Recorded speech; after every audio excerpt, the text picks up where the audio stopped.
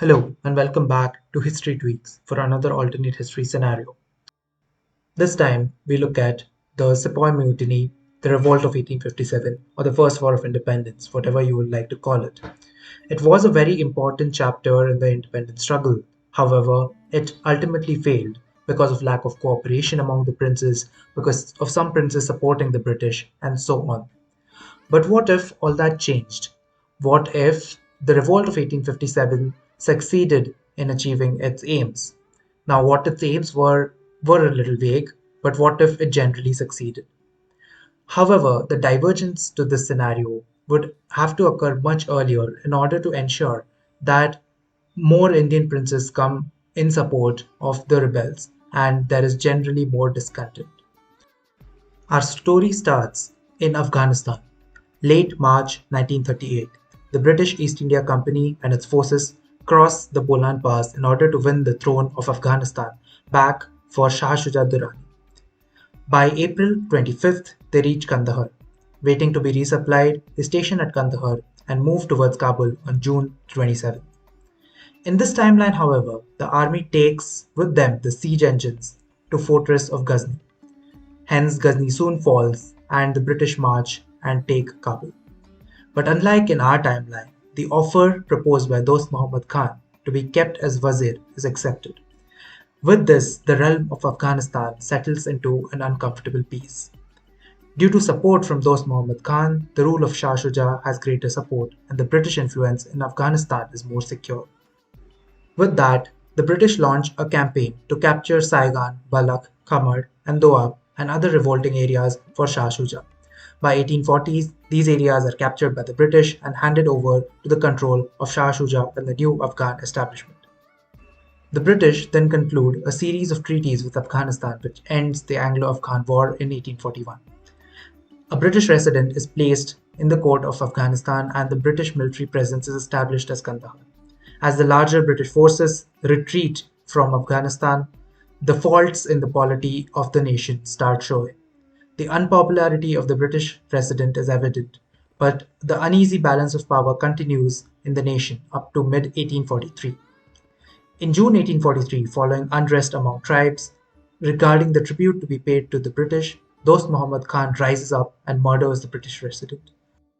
Shah Shuja flees to the stronghold at Kandahar, and by the time news reaches Calcutta, the fortress of Ghazni falls and the garrison at Kandahar is evacuated to Quetta. Forces are prepared meanwhile, and by March 1844, British forces march back into Afghanistan.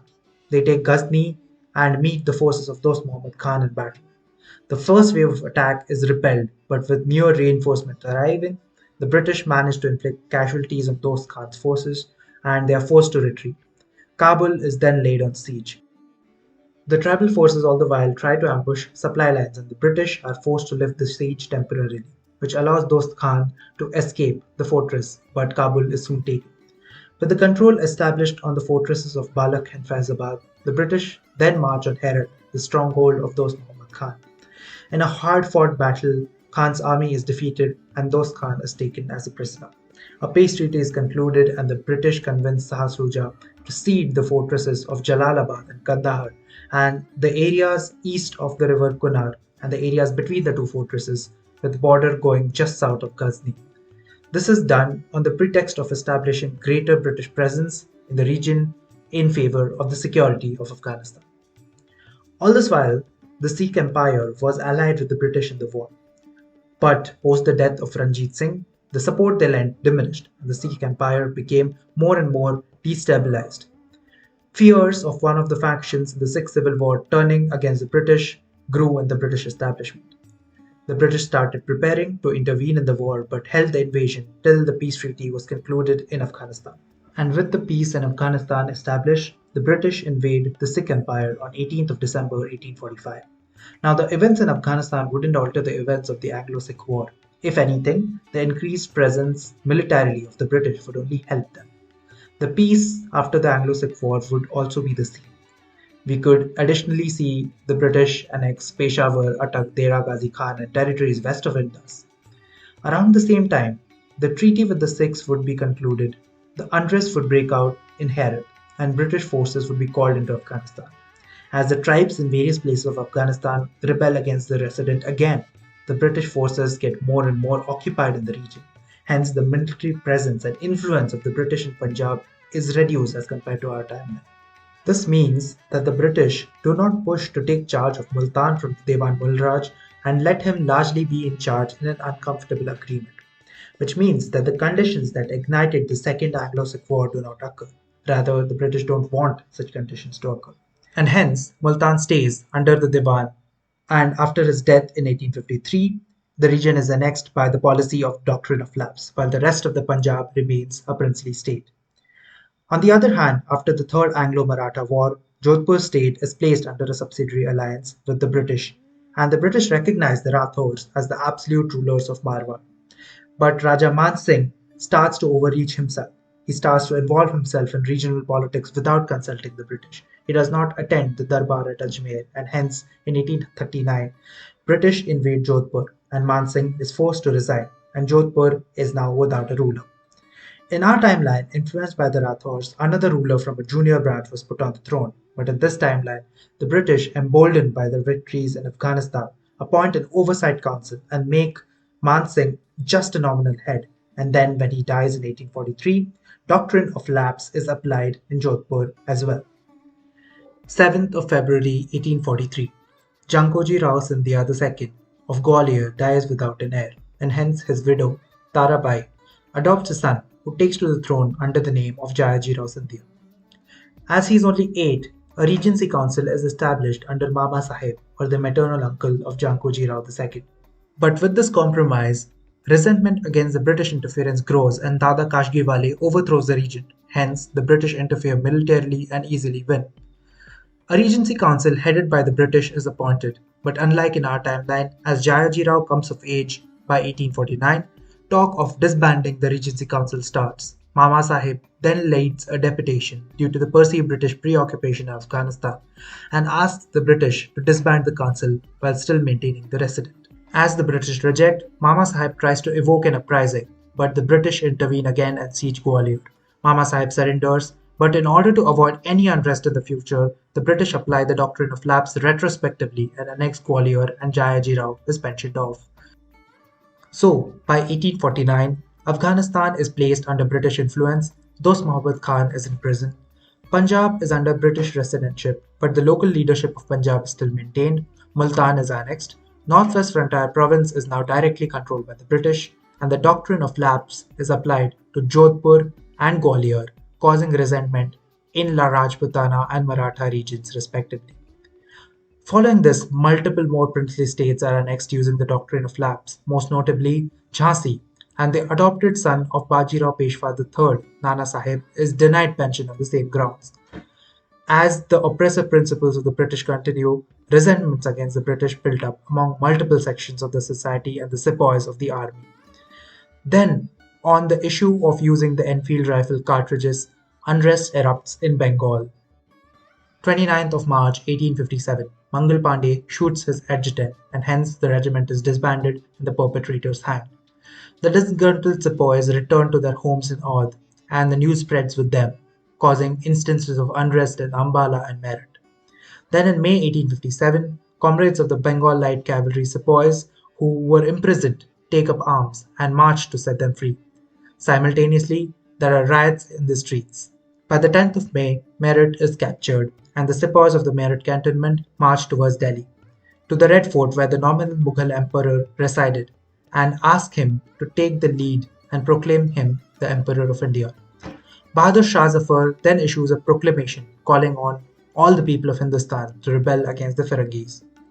He also writes proclamation to the various princely states to join in the rebellion. During this time, the rebels also attacked and captured key positions and fortresses in Haryana, western Uttar Pradesh, as well as in Gaya in western Bihar. Meanwhile, motivated by the Farmans, the populace of the newly annexed kingdom of Oudh rise up in open revolt against the British. In Lucknow, residency is sieged. By June 5th, the regiments in Kanpur rise up and are supported by the Nana Sahib. Nana Sahib then contacts the rebel leaders in Delhi and swears an oath to the proclaimed Emperor of Hindustan. On the other hand, Nana Sahib also advises the rebel to correspond with the leaders of the Sikh state, especially in central Punjab, as there was a lot of resentment in Punjab as a whole. The rebels find an especially sympathetic voice in form of the presumed heir of the Dewan Mulraj Chopra, who was denied the throne when the doctrine of lapse was applied in the region. And as the rebellion spread into Haryana and the Gujar areas in Delhi Meerut belt, the heir of the Chopra clan travelled to Delhi in order to join the court of Bahadur Shah Zafar. On the 23rd of June 1857, spurred on by the prophetic ideas of the British rule ending exactly 100 years after it started, the revolt reaches a new crescendo. In Kanpur, the rebels charge towards the British garrison, and even though they are unsuccessful in taking it, the damage is quite bad. In the following days, Rani Lakshmibai in Jhansi also declares a nominal opposition to the British, and the rebels siege the fort. At this point in time, the Rani negotiates a peace settlement with the rebels and then reports the events to the British. There were major anti-British factions in the Rani's court, but the Rani stayed her hand and merely asked for permission to build up of her own forces, and this is granted. In Lucknow, the Residency is sieged and almost all of Oudh is lost to the rebels. In Delhi, the Chopra leader helps the rebels and the emperor improve the receptiveness of the revolt in the Sikh lands. He advises the Furmans to hearken to the age of Akbar and Jahangir, intentionally downplaying Aurangzeb, who was still a contentious figure in the Sikh minds. In July, he receives Sher Singh Atariwala and the delegates from the Sikh regions, and in mid-July they leave on an expedition to incite rebellion in Punjab. On the other hand, in Gwalior, as the rebellion progresses, resentment against the recent annexation grow to a boiling point among the native forces as well as the incumbent royal family. The incumbent king, Jayaji Rao Scindia, and the Queen Mother start corresponding with Nana Sahib in Kanpur and begin preparation to revolt. 27th of June 1857. The garrison at Kanpur surrenders and the British are promised safe passage to Allahabad. Now, as we are trying to have everything right in this scenario, let's just say the Kanpur massacre doesn't happen, as this would prevent the British from gaining any immense rallying imagery or a rallying call like Remember Kanpur in among the public back home. On the other hand, due to ongoing Crimean War and engagements in Afghanistan, the troop numbers in central and northern India are lesser, and hence the British start redirecting troops moving to China through Peshawar, as well as some troops from the Afghan garrisons are also rerouted towards Delhi. Two columns of European regiments are amassed at Shimla and Meerut. The Meerut regiment starts marching towards Delhi and Bahadur Shah Zafar is evacuated from the city. Then, as the Shimla and Kandahar regiments enter Punjab on the 7th of July, Bengal native infantry at Rawalpindi revolts and takes the garrison town. This causes the Kandahar regiment to loop back in order to counter the same. But almost by surprise, the disbanded soldiers of the Multan army and large proportions of the nominal Sikh Khalsa also declare open rebellion under the leadership of the Chopras, Sher Singh and Chatar Singh Atariwala. Soon, Jalandhar, Amritsar, Attak, Multan, and Ludhiana are up in revolt. The Shimla division gets trapped, and parts of the siege forces in Delhi are called to help curb the revolt in Punjab, but the Shimla regiments are soon decimated. By August 1857, the whole state of Punjab is up in revolt. The withdrawal of troops from Afghanistan also causes a resurgence of rebellion there. The rebels soon free Dost Muhammad Khan, who ousts Shah Shuja and declares war on the British. Soon, Kandahar, Peshawar, Ghazni, and Quetta are all laid on siege. By September, the forces from Kanpur faced the Allahabad regiment and decimated it. They then turned to Lucknow and finally win the Residency siege. Reinforcements from Punjab in form of the Bengal Native Infantry Regiment stationed there helped keep Kanpur in the rebel hands. In Bihar, the rebels under the Kunwar Singh are further emboldened by these reinforcements as well and are able to repel attacks from the British. As September rolls by, the Sikhs, having consolidated the northwest, attack Patiala state and capture it. They then encircle and force the siege forces out of Delhi. Bahadur Shah Zafar is then brought back into the Red Fort, and some of the Sikh regiments are sent eastwards to Lucknow. By mid September, the revolt reaches a new high as Lucknow falls, and rebels from Bihar consolidate their hold on Patna and siege Buxar. Emboldened by the recapture of Delhi and the fall of Lucknow, the troops in Gwalior rise up in open revolt. The soldiers of the disbanded princely army soon rise in support of the Scindia king. Garrison at Gwalior falls, and Nana Sahib comes to the city to appeal to all Marathas to liberate Hindustan. This causes another rebellion in the regiments of the army of Indore and the light cavalry. And even though the Holkars remain neutral, their realms and their troops rise up in open revolt. Responding to this, Kolhapur state also prepares for revolt, and Shahu Maharaj travels to Gwalior to offer support. This also motivates the Rani of Jhansi to declare open rebellion and attack the British garrison in Jhansi. And soon, the whole region of Bundelkhand is brought under rebel control. By the end of September, Patna and Bhopal fall to the rebels, and in Chittagong, the Sepoys rise up and siege the city. By November 1857, the King of Punjab officially declares the support to the rebels and swears an oath to the Emperor of India. This causes the remainder of the missiles and the Khalsa army to rise up in revolt. The rebellion also spreads to Kolkata and Dhaka, where the local British garrisons are overthrown. Soon, Wajid Ali Shah, the incumbent Nawab of Awadh, is taken to Lucknow, where Begum Hazrat Mahal was leading the rebels, and he is re-proclaimed as Nawab. Morale rises high as the city of Buxar falls and the rebels capture the major British stronghold in Bihar. At the fall of Buxar, the forces of Kumar Singh and Awadh march towards Benares and capture the city. Nana Sahib offers prayers and venerations in the city and proclaims that the capture of Benares signals God's blessings with the rebellion. In Jhansi, the British regiments arrive in the city and siege it, but the troops from Holkar and Scindia armies break the siege and decimate the British troops. Finding it difficult to maintain the control, the British start influencing the Rajputana states to officially join them against the rebels. To their surprise, the incumbent Rathors of the Jodhpur states, along with the princely state of Bikaner, declare revolt against them. This had been long in planning, and the incumbent Rathors were slowly amassing disbanded armies since May to declare a surprise revolt. Soon, the princely state of Kota also joins in. This move traps the garrison forces of Rajputana, and once in Jodhpur are decimated.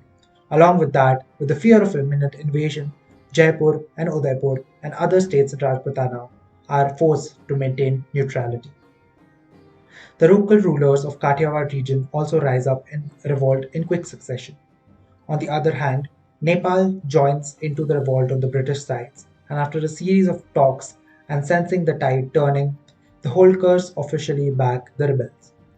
The Gorkha troops engage the rebels in Lucknow and Buxar, and the rebels sustain heavy losses, but the attacks are somehow repelled.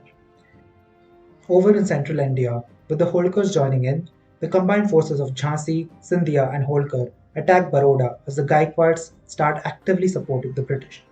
In Rajputana, the forces of the Rathors soon capture Patan and parts of northern Gujarat, and Bikaner and the Sikhs launch invasions into Sindh. Emboldened by the successes of the rebels, more and more regiments, especially in eastern Gujarat and central Bengal, rebel, as well as some in Assam. Rebels from Chittagong then march towards Dhaka. By March 1858, the territories of the Baroda state are captured, and the forces, along with the Gujarat rebels, march towards Nagpur, and a part of the forces siege Surat. By April 1858, with the fall of Sagar and Jabalpur, central provinces completely fall into the hands of the rebels. The Rani of Jhansi and the Scindias are tasked with holding the region. May 1858, 1 year since the start of the rebellion, the fortress of Nagpur falls, and as the rebels near their border, threatened by the rebellion, Hyderabad is deterred from joining the conflict actively. The princely states of Orissa are also forced to allow access to the rebels. In the northwest, the British try to recapture parts of Punjab and Afghanistan by routing their forces to Jammu, but they are repelled by the Sikh Khalsa. And in order to secure the northern border, the Sikhs invade Jammu and Kashmir. With the fall of Gujarat and Nagpur, focus in central India shifts towards the Bombay Presidency. The forces of Gujarat rebels aid attack on Sindh, while the forces of Holkar, Gaikwad, and Scindia, aided by the forces from Kanpur and Nagpur, start marching towards Pune to liberate the capital of the erstwhile Maratha Empire. In a pitched battle outside Surat, the forces of the rebel hold off and force the British to retreat their Maratha Fusiliers back to Bombay. The forces then marched south, taking Nashik. In the east, the rebellion in Bengal is consolidated with the fall of Mymensingh, Sylhet, Guwahati, and Malda. The Raja of Tripura also joins in the rebellion, and the king of Sikkim is kept neutral. The Bihar forces then attack eastwards, capturing Bhagalpur, Deoghar, and Durgapur. The forces of Oudh, on the other hand, engage the Gorkhas in Nepal in order to defend the north-central regions. July 1858, Nasik and its southern reaches are consolidated, and as reinforcements from central provinces arrive, the rebels march and lay siege to Pune. At the skew, the Chhatrapati at Kolhapur also actively rises against the British, and the regime quickly falls. By August, before reinforcements from Bombay can arrive, Pune falls and the passes of Western Ghats are quickly captured. This forces the British troops to retreat back to Bombay. In Bengal, with the fall of Mymensingh, the descendants of the rightful Nawabs of Bengal are sought, and finally it is decided to reinstate Mir Qasim's descendant to the title of Nawab. Mir Qasim's grandson is brought to Dhaka and crowned the new Nawab. This also corresponds with the attack on Rajshahi and Purnia, with which the occupied territories in Bengal and Assam are linked up with the main occupied region in Oudh and central provinces. With the fall of Khulna and Kharagpur, Calcutta is cut off. The British evacuate the viceroy and the administration to Madras, but the forces remain in Calcutta, periodically attacking the rebel positions at Bardhaman. September 1858. Following repeated attacks by the rebels, Nepal pledges neutrality, and with that, Assam falls completely to the rebel forces. With that, the forces in the east march southwards towards Cuttack to control a chief route of reinforcement from Madras, and the Chittagong and Tripura rebels attack into the lightly defended Lower Burma. At the same time, in Sindh, Karachi is laid on siege, and the Maratha forces cross the Ghats into Konkan. By September, with the fall of Ratnagiri in south and Palghar in the north, Bombay is completely encircled, and the rebels siege the garrisons at Salsette. By November of 1858, the positions at Balasore fall and Cuttack is captured. The neighbouring princely states are forced to adopt neutrality and bar the access of British troops. The rebels fortify the northern bank of Mahanadi in order to defend them from attacks. At this point, the rebels faced an important decision: whether to continue pushing south in potentially unsympathetic territory into the stronghold of loyal princely states like Hyderabad, Mysore, and Travancore, or consolidate the defences of the two gaps, one in Sirkar and one south of Kolhapur, and try to repel fresh British attacks from regiments landing in Madras and Bombay. For this region, a darbar is called in Delhi, followed by another one Gwalior, where all the rebel leaders meet to discuss their positions. Many hot-headed leaders, especially BNI regiment Sepoys, favored pushing and liberating the whole of Hindustan. On the other hand, experienced generals like the Atariwalas, Jayaji Rao Sindhia, Rani Lakshmibai, Nana Sahib, and Kunwar Singh understand the supply line issues that may come with such a push.